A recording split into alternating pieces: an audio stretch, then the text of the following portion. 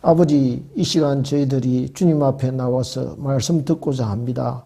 부족하고 못난 것 감추시고 주님 말씀의 능력만 나타나는 시간 되게 하시고, 이 말씀을 그냥 듣고 흘러버리는 것이 아니라 우리의 마음에 심겨져서 그 말씀이 싹이 나고 꽃이 피고 열매 맺는 말씀 되게 하시고, 그리하여 우리가 이 말씀 듣고 그대로 실천하며 준행하여서 바위에 집을 짓는 그런 믿음의 사람 될 수 있도록 함께하여 주시옵소서. 악한 것 틈타지 못하게 하시고 주의 성령이 이 시간을 온전히 지켜주시오며 성령이 감동 있는 이 시간 될 수 있도록 함께하여 주시옵소서. 감사드리옵고 예수님 이름으로 기도드리옵나이다. 아멘.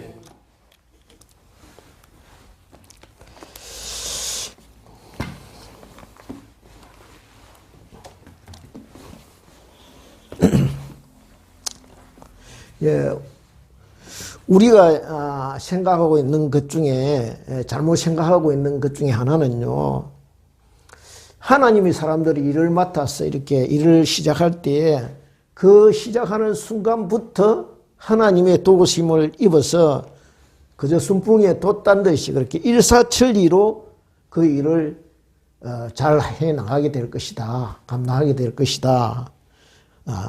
그런 생각입니다. 그런데 실상은 그렇지 않다는 것이죠. 우리가 성경을 묵상하다 보면은 많은 하나님의 사람들이 오히려 시작 순간부터, 그러니까 출발하기 전부터 이런 기대에 어긋나는 그런 현실, 낙상 부딪힌 현실 때문에 실망하거나 좌절하고 낙심하고 흔들리는 경우를 보게 된다는 것이죠. 왜 그러냐 하면요, 사탄은 믿음의 사람들이 영적으로 잘 되는 것, 하나님과 더 가까이 나아가게 되는 것을 배합하고 시기하게 된다는 것입니다. 오늘 본문 느헤미야 4장에서도 이런 장면을 우리가 많이 보게 되는데요. 그런데 그럼에도 느헤미야는, 하나님의 사람 느헤미야는 위축되거나 주춤거리지 않고 그럴 때마다 이 난간을 기도의 자리에 나가서 하나님과 소통하며 하나님께서 주신 그런 담대함과 능력으로 이들을 물리치고 어렵고 험난한 이 순간들을 잘 통과하고 맡겨주신 소명을 성공적으로 이렇게 완성해 나가는 것을 보게 됩니다.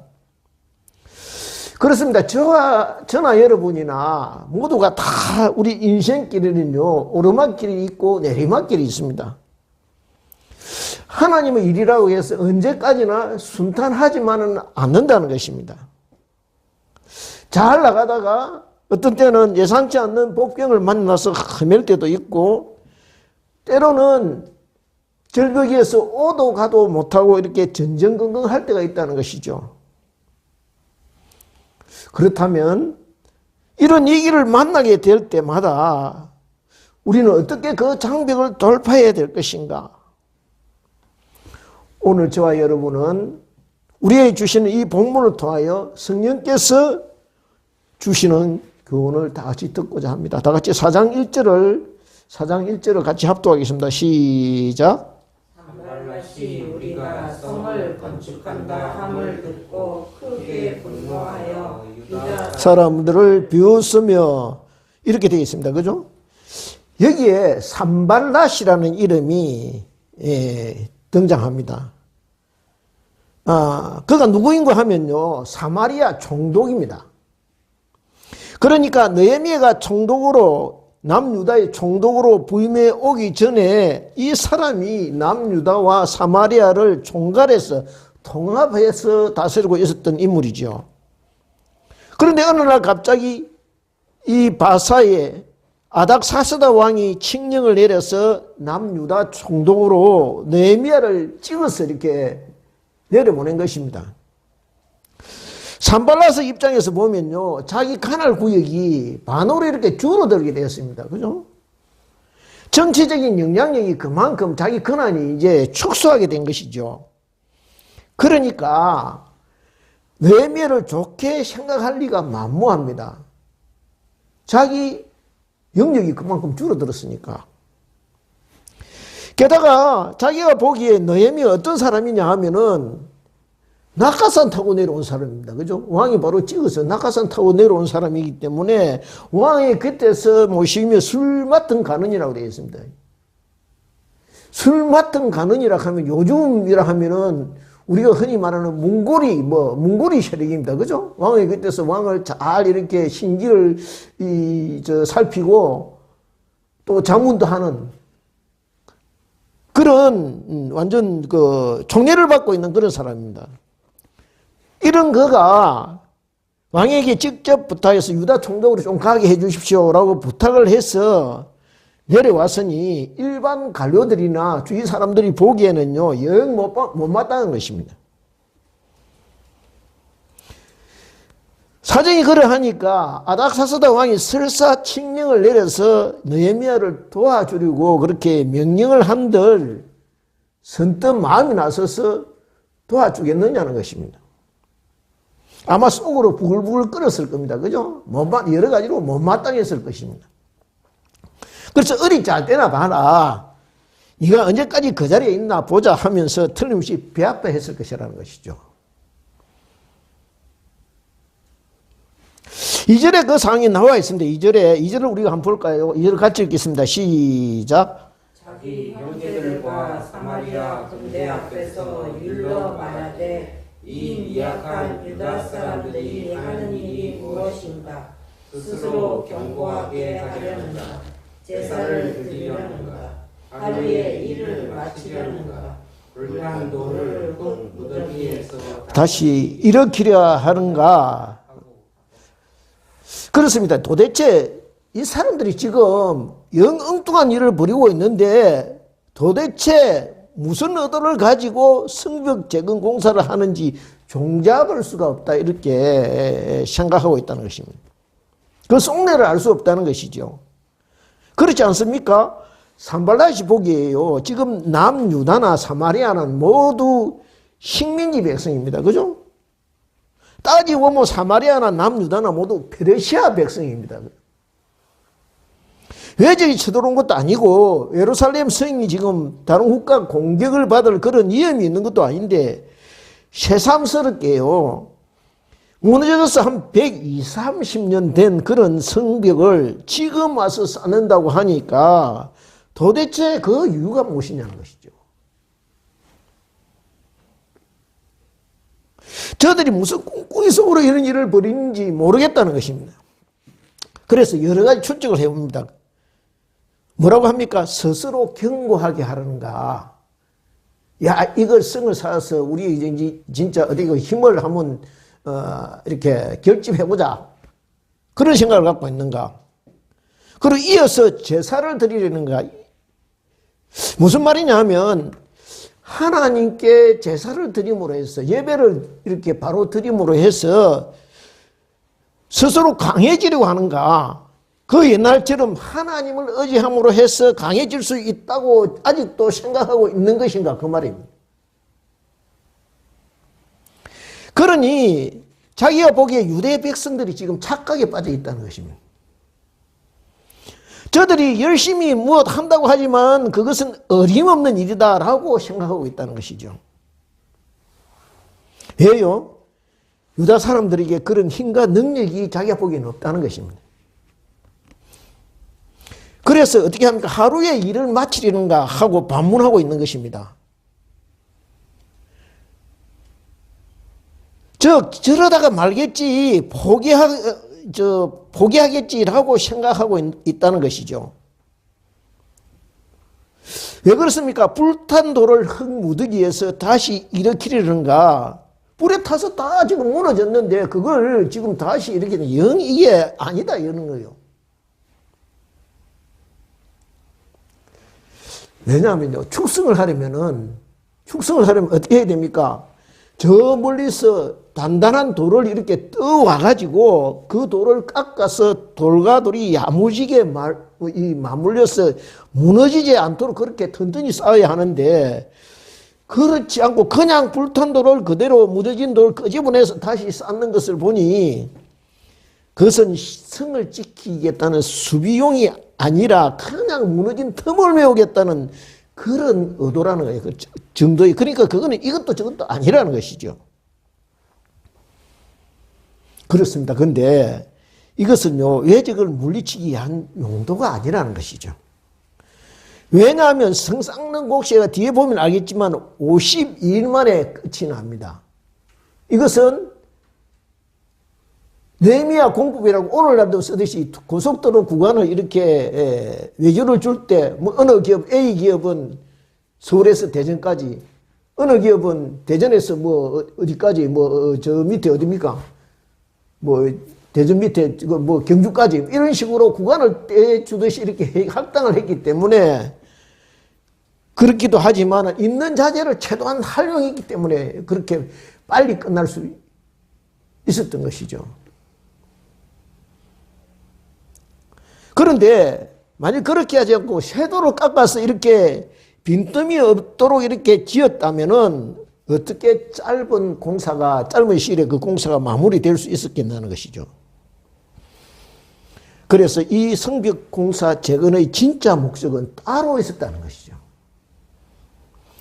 그것이 느헤미야 1장에 나와 있는데요. 느헤미야 1장을 잠깐 살펴보면 어떻게 되어 있느냐 하면 느헤미야가 아다사스다 왕이 술밭은 가난으로 있을 때 예루살렘에 살던 그의 형제 중 한 사람이 와서는 고향 소식을 전해줍니다. 예나 지금이나 그러듯이 몸은 멀리 이방 땅에 그렇게 살고 있지만 마음만은 멀리 고향 땅에 가 있는 것이 그게 사람의 인지상정 아니겠습니까? 그래서 그 사람이 소식을 전하는데 들어보니 기가 찬 것입니다.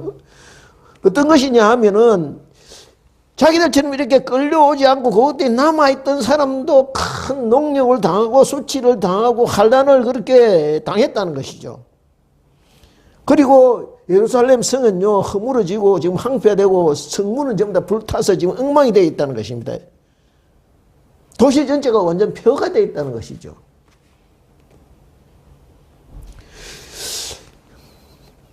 우리가 보면요 BC 538년 이 스룹바벨이 주도하는 1차 기한이 있었고 그 다음에 BC 400, 그로부터 한 80년 뒤에 457년에 에스라의 2차 기한이 있어서 성전 재건 운동과 영적 부흥 운동이 있었지만은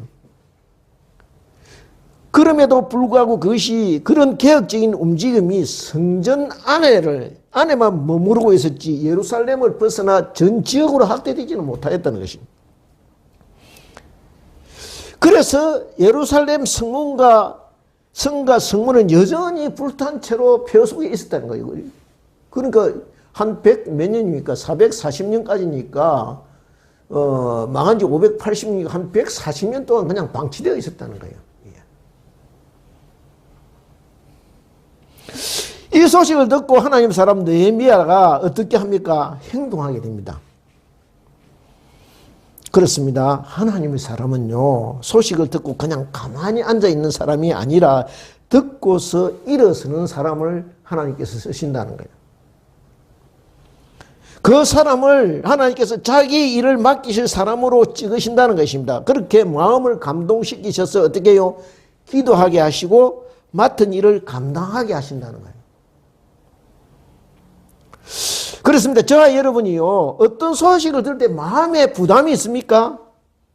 그것은요 그 일을 두고 기도하라는 것이고 그 일을 하나님께서 내가 너한테 맡기겠다는 하나님의 사인이라는 거예요. 내가 감이 되고 안 되고 내가 능력이 있고 감당할 여건이 되고 안 되고가 문제가 아니라는 것입니다.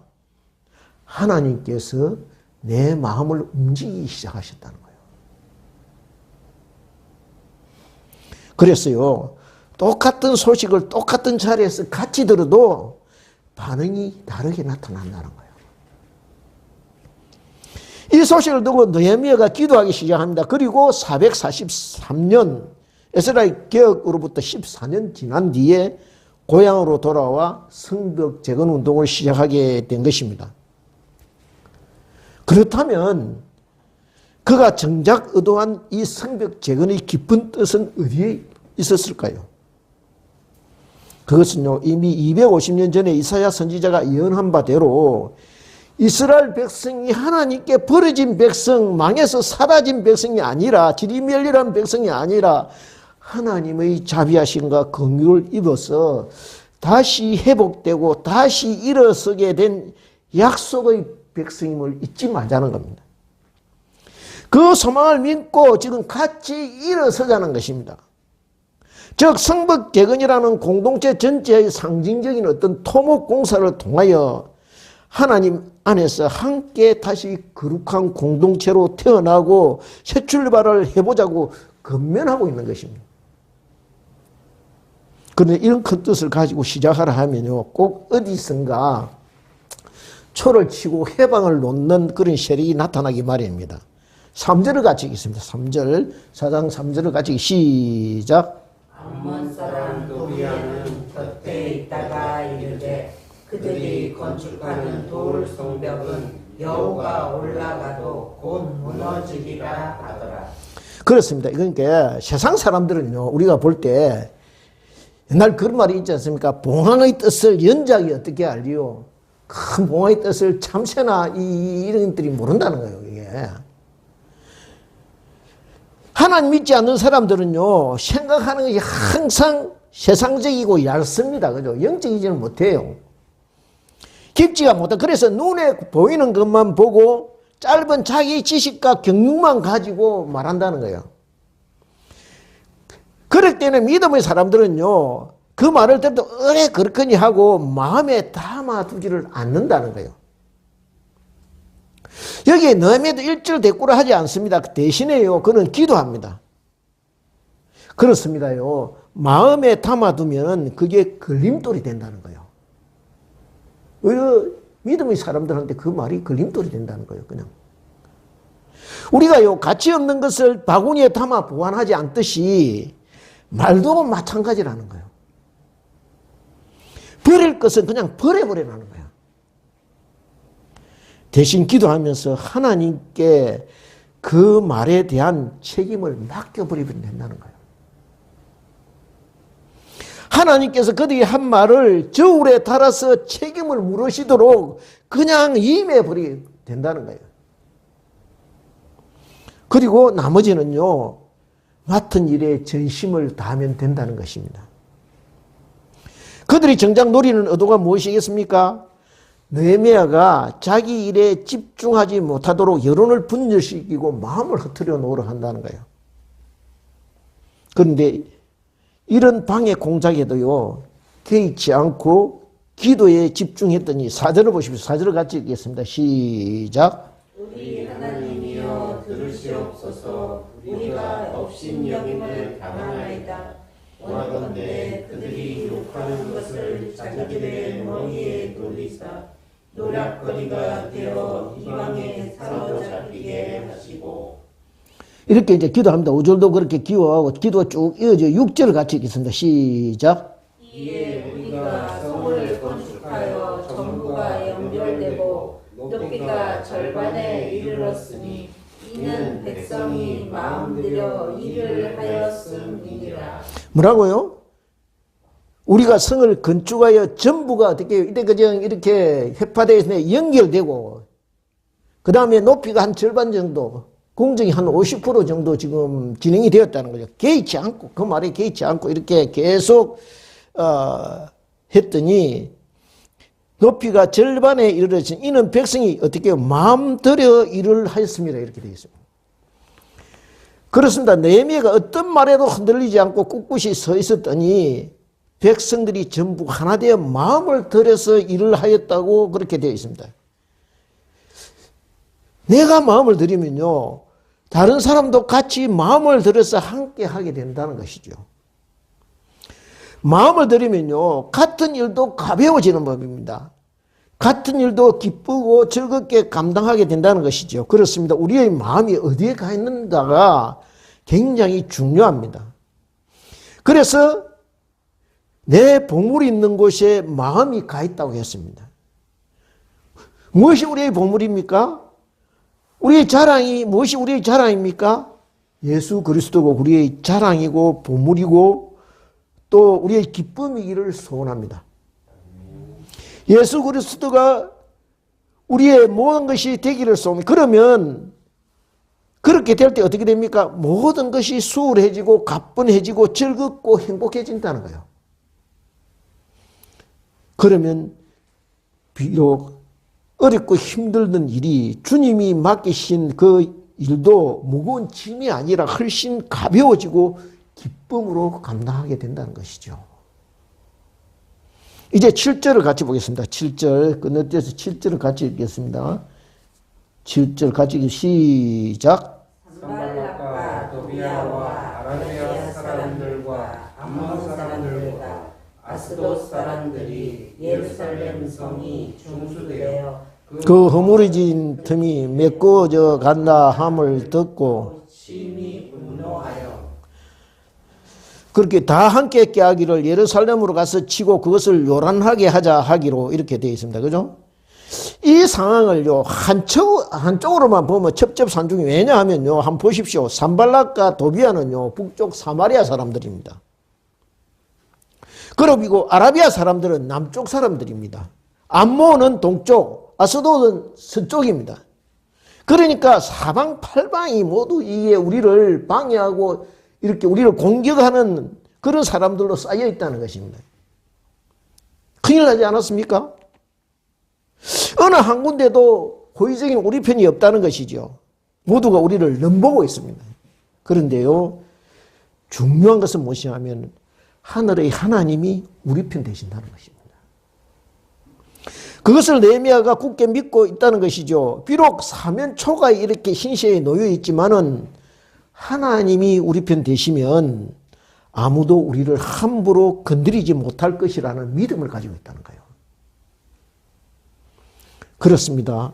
무슨 일이든지 속도가 붙고요. 이제 안심해도 된다라고 싶은 점에 꼭 위기를 만나게 된다는 것입니다. 6절에 보니까 성이 전부가 연결되고 높이가 절반쯤 이르자 대적들이 본격적으로 나서기 시작하는 것을 볼 수 있습니다. 왜요? 야, 이대로 두면 큰일 나겠다 지금. 그 전에 우리가 힘을 모아서 이 사람들이 제뿔에 떨어져 나가도록 우리가 부닥거리를 한번 해야 되겠다 하고 요란 법석을 뗍니다. 그렇습니다. 혹시나 우리가 가는 길에 믿음의 방해꾼들이 나타나서 목소리가 커지고 제 세상양 떠들고 다니면은 신경 쓸 것 없다는 것이죠. 왜냐하면 그들의 업무가 지금 통하지 않고 있다는 신호라는 거예요.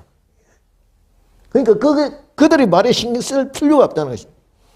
즉 그들의 업무가 부수어지고 그들이 망할 때가 다 되어간다는 신호라는 거예요. 요즘 세상이 그렇습니까? 제 세상 만나시 떠들고 뭐 이런 그거 신경 쓰지 말라는 거예요. 그러니 두려워하거나 겁먹을 필요가 없다는 것이죠. 느헤미야가 어떻게 합니까? 느헤미야가 어떻게 합니까? 9절을 한번 보겠습니다. 9절 다 같이 9절 9절을 같이 읽겠습니다. 시작. 우리가 우리 하나님께 기도하며 그들로 말미암아 파수꾼을 두어 주야로 방비하는데 그렇습니다. 저들 목소리가 커지면 그들을 대항할 것이자 우리 함께 기도하자는 것입니다. 같이 목소리를 높일 것이 아니라 같이 시끄럽게 떠들어댈 것이 아니라 어떻게 조용히 기도의 자리에 나가서 손을 들고 하나님의 도우심을 구하자는 것입니다. 가만히 보십시오. 느헤미야는 일이 터질 때마다 시끄러워질 때마다 사람 찾아다니며 해결하려고 하지 않고 어떻게 기도의 자리에 나갑니다. 그렇다고 그가 기도만 하고 가만히 앉아있는 사람은 아니었습니다. 기도한 뒤에 어떻게 합니까? 하나님의 음성을 듣고 기도의 자리에 나가서 하나님의 음성을 듣고 움직이는 사람이라는 것입니다. 9절 하반절을 보십시오. 기도하며 그들로 말미암아 파수꾼을 두어 주야로 방비하는데 그렇게 되어 있습니다. 그러니 얼마나 힘들겠습니까? 성벽 쌓는 일도 힘든데 거기에 파수까지 써야 하는 그런 지금 상황이 된 것입니다. 2중 3중으로 지금 힘든 상황이죠. 그래서 10절에 보니 불만의 소리가 터져 나옵니다. 10절을 다 같이 4장 10절을 같이 합독하겠습니다. 시작. 유다 사람들은 이르기를 흙 무더기가 아직도 많거늘 짐을 나누는 자의 힘이 다 빠졌으니 우리가 성을 건축하지 못하리라 하고. 남유다는 이스라엘의 주된 지파입니다. 선두 지파입니다. 강야 시대부터 어려운 일이 있을 때마다 앞장서서 모범을 보이던 지파입니다. 그런데 지금 위기에 처하니까 앞장서서 이거 안 되겠다. 마음만 가지고 이게 되는 것이 아니다. 우리 이럴 게 아니라 성공 확률을 지금 따져보자. 현실적인 문제부터 한번 따져보자 하고 말하고 있는 것이죠. 그렇습니다. 때로는 우리가 가장 믿었던 지체들, 끝까지 나를 믿어주고 힘을 보태줄 것이라 생각했던 형제나 자매들이 우리 심정을 몰라줄 때가 있다는 거예요. 이제 다 걸렸다. 이거 되는 일이 아니다라고 절망적으로 말할 때가 있다는 것입니다. 그뿐입니까? 11절을 보겠습니다. 11절 같이 읽겠습니다. 11절, 4장 11절 같이 읽겠습니다. 시작. 우리의 원수들은 이르기를 그들이 알지 못하고 보지 못하는 사이에 아무도 그들 가운데 달려 들어가서 살육하여 역사를 그치게 하리라 하고. 뭐랍니까? 아무도 모르게 눈치채지 못하게 급습을 지금 단행하죠. 그래서 달려들어서 살육하여 역사를 그치게 하리라. 그렇습니다. 저와 여러분이요, 믿음의 길에서 결단하게 시작하면은 우리 대적들도 목숨을 걸고 결단한다는 거예요. 그러면 누가 이기겠습니까? 난중일기에 이런 말이 있습니다. 그죠? 생적 필사, 사적 필생이라고 했습니다. 무슨 말입니까? 살고자 하는 자는 죽을 것이요, 죽고자 하는 자는 살 것이다. 예수님도 말씀하셨습니다. 다 같이 한번 보겠습니다. 마태복음 10장 38절부터 16페이지, 신약성경 16페이지 보겠습니다. 신약성경 16페이지, 마태복음 10장 38절 39절입니다. 같이 읽겠습니다. 시작. 또 자기 십자가를 지고 나를 따르지 않는 자도 내게 합당하지 아니하리라. 자기 목숨을 얻는 자는 잃을 것이요 나를 위하여 자기 목숨을 잃는 자는 얻으리라. 그렇습니다. 영적인 싸움은요, 대충 하고 끝나는 싸움이 아니라는 것입니다. 생명을 걸고 싸우는 것입니다. 그 싸움은 누가 승리를 목말라 하느냐, 거기에 달려있다는 것이죠. 대적들은요, 우리를 우습게 알고 있습니다. 아, 저 사람들 지금 그래도 얼마 있지 않으면 뿔뿔이 흩어질 지졸들이다. 저들이 뭐라고 큰소리 칩니까? 이 미약한 유다 사람들이 하는 일이 무엇인가? 라고 말합니다. 무슨 말입니까? 저 사람들이 무엇을 해보겠다고 큰소리 치고 있는데 과연 무엇 할 수 있겠나? 오늘 이 시대도 그렇습니다. 그래서 믿음의 세상 사람들이 하나님의 백성들하고 뭐라고 하겠습니까? 하나님의 백성들을 얕잡고 보고 깔보고 있습니다. 뭐라고 하냐면 저 사람들 무엇을 해보겠다고 큰소리 치는데 이때까지 과연 저들이 말한 대로 되어진 적이 한 번도 있었나? 떠들기만 했지 실수는 없다. 그렇게 얕잡아 본다는 것입니다. 그래서 대적들이 말하기를 우리는 이대로 가만히 이래 기회를 엿보고 있다가 저 사람들이 방심하고 있을 때 어떻게 해요? 벼락같이 달려들어서 요절을 내버리자. 이렇게 음모를 깨하고 있다는 것입니다. 그런데요, 정작 이들이 놓치고 있는 것이 있다는 것입니다. 그것이 무엇이냐 하면 하나님이 우리와 한편이라는 것을 모르고 있다는 것이죠.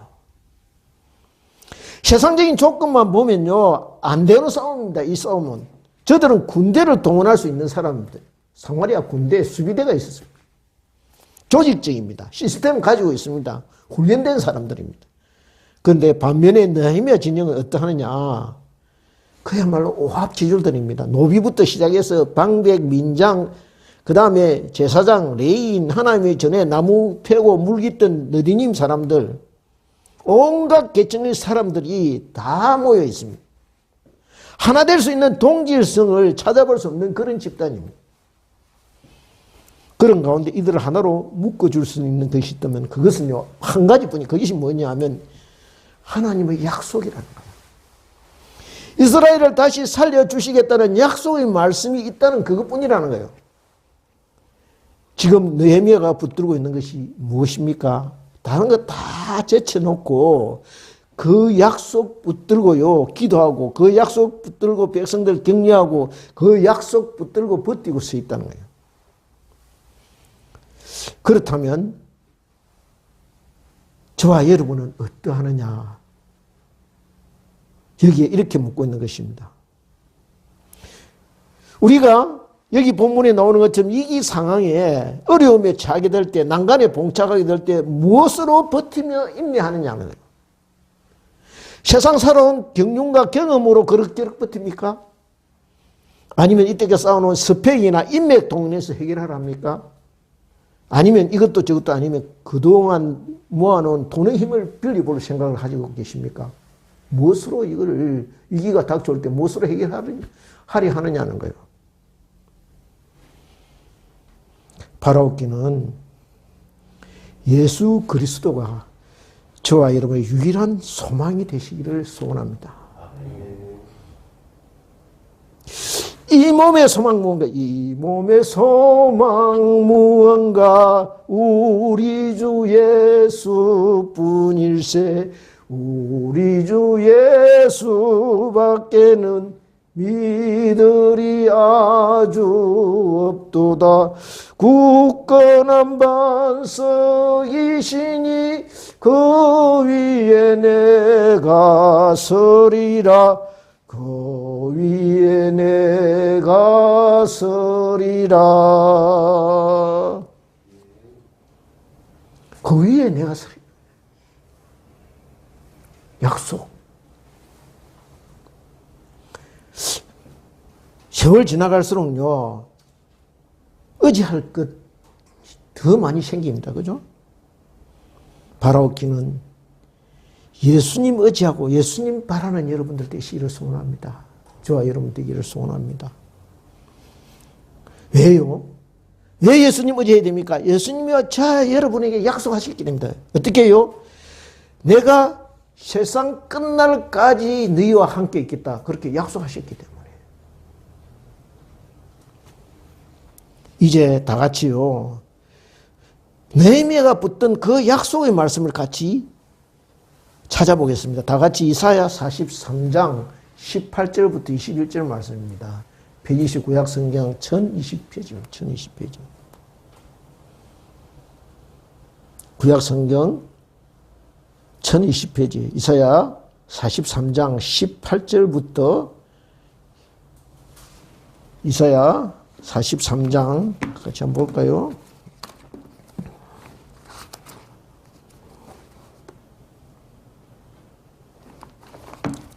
이사야 43장 18절부터 21절까지입니다. 교도하겠습니다. 너희는 이전 일을 기억하지 말며 옛날 일을 생각하지 말라. 보라 내가 새 일을 행하리. 옛날 일을 생각하지 말라. 19절. 예. 내가 새 일을 행하리니 이제 나타낼 것이라. 너희가 그것을 알지 못하겠느냐.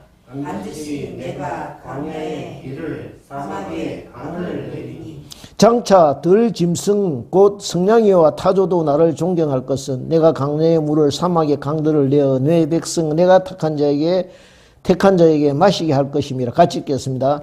이 백성은 내가 나를 위하여 지었나니 나를 찬송하게 하려 함이니라. 어떻게 해요? 하나님께서 왜 이스라엘 백성을요 전멸시키지 않고 망하도록 내버려 두지 않고 남겨두셨습니까? 여호와를 찬송하게 하기 위함이라는 거예요. 우리도 마찬가지입니다. 그죠? 여호와를 찬송케 하기. 그러니까 함부로요 절망에 빠지거나 패배주의에 사로잡혀서는 안 된다는 것입니다. 그죠? 요즘 뭐 젊은이들이 헬조선이라고 하는 그렇게 절망에 빠지거나 패배주의에 사로잡혀서 안 된다는 것입니다. 그렇다면 저와 여러분이 어떨 때 하나님 찬양합니까? 하는 일마다 성성정구 잘 될 때 그렇게 물론 찬양하겠죠. 기도하는 것마다 이렇게 다 이루어질 때 찬양합니까? 물론 그럴 때도 찬양해야 되겠죠. 그렇지만은 저와 여러분이 온 몸과 마음을 열고 찬양할 때는요, 주님이 우리를 사망의 구렁텅이에서 건져서 구원해 주셨을 때, 홍해 바닷가에서 꼼짝없이 바다 속으로 들어갈 수밖에 없었는데 그 바다를 가르시고 구원의 길을 열어주셔서 쫓아오는 무리를 바다 속으로 그렇게 밀어 넣어서 우리의 구원을 완성케 해 주셨을 때 우리가 그 감격을 목축 높여 찬송하게 된다는 거예요. 그렇습니다. 우리에게 닥치는 대적들의 위험도 우리 앞에 대놓고 우리를 폄하하고 조롱하고 무능하다고 이렇게 손가락질하는 대적들도 어떻게 보면요, 지나놓고 보면은 하나님의 약속된 구원의 길로 인도하시는 하나의 여정 속에 있다는 거예요. 사람들은요, 어떨 때 똘똘 뭉칩니까? 위기 때 똘똘 뭉칩니다. 그죠? 우리나라 경우 한번 보십시오. IMF 위기 닥쳤을 때 어떻게 했습니까? 뭐 장롱석에 숨겨놓던 금반지, 금귀걸이, 뭐 어떻게 해요? 그런 거 전부 다 내놓았습니다. 그죠?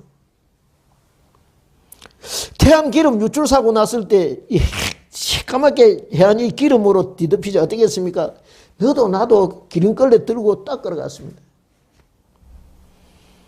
그렇습니다. 우리가요, 중간중간 약간 흔들리기도 하고, 그렇게, 어떤 때는요, 이렇게 상심할 때도 있지만은, 그러나 우리가 기도하고 말씀 묵상하면서 그때마다 흔들리지 않고 제자리를 중심을 잡아간다는 거예요. 그래서 제자리를 잡으면 어떻게 되느냐? 이제는 끄떡 안고 자기 몫을 감당하게 된다는 거예요.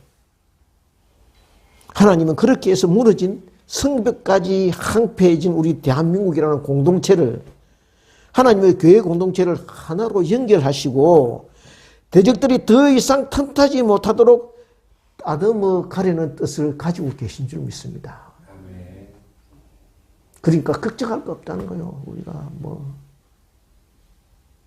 하나님의 계획 속에 다 들어있다는 거예요.